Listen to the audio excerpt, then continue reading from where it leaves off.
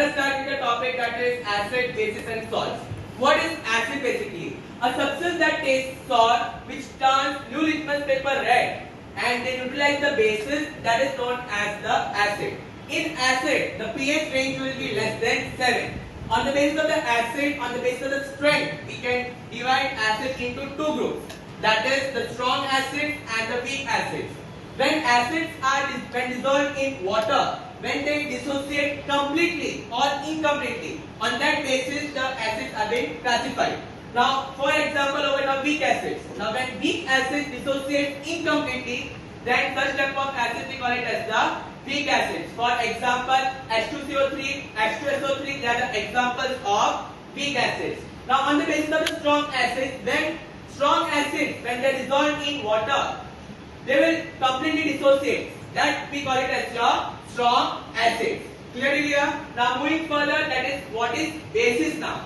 A substance which tastes like bitter, and when they turn red litmus paper blue, and when they neutralize the acid, they are known as the base.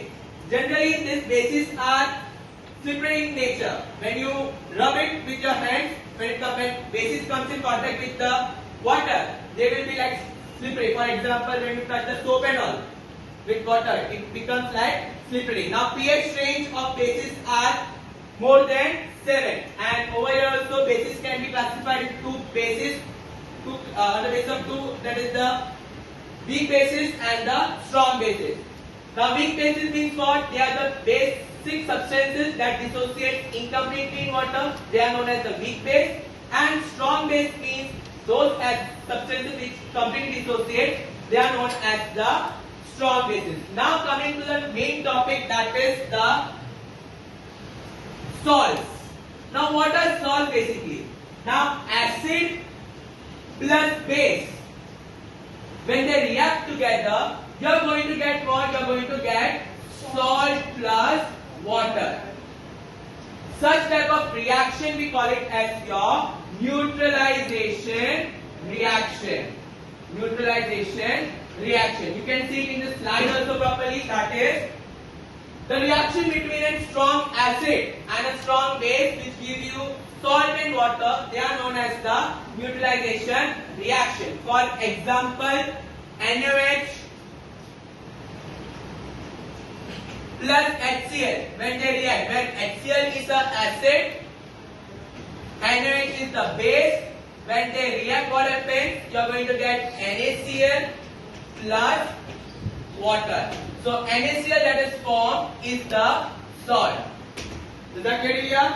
Now moving further, that is the chemical properties of acid and base, which is listed in 4 ways. That is the reactions of acid and base with metals, the reaction of metal carbonate or bicarbonate with acid, the reaction of metal oxide with acid, the reaction of non-metal oxide with bases, and the last, that is the reaction of acid with bases.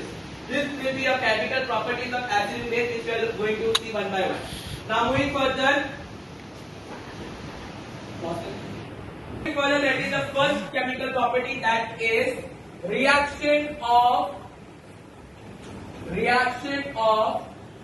acid and base with metal.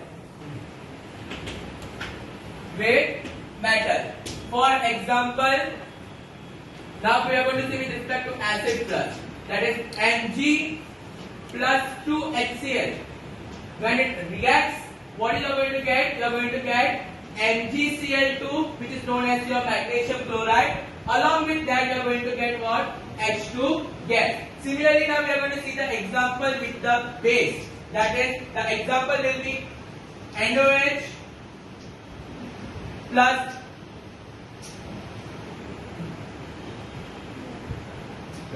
now moving further, that is the example of base, that is 2 NaOH plus Za will give you Na2 ZnO2 plus H2, where Na2 ZnO2 is known as your sodium zincate. This is the chemical property of acid and base which reacts with metals. Now moving further, that is the second, that is the reaction of acids with metal carbonates or bicarbonates. That is, for example, over here that will be Na2CO3 plus 2 HCl. You are going to get what? You are going to get NaCl plus CO2 plus H2O. Similarly, NaHCO3 plus 2HCl, you are going to get Na2CO3 plus CO2 plus H2O. Whenever acid reacts with the metal carbonates or bicarbonates, at that time you are going to get what? Salt, CO2 and water. Now, for base, we don't have any reaction with bicarbonate as well as with the hydrogen carbonates. Now, going with that is the metal oxide with acid.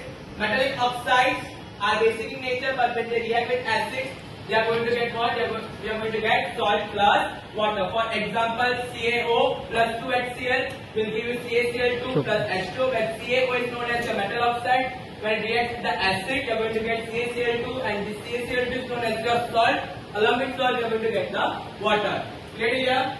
Thank you.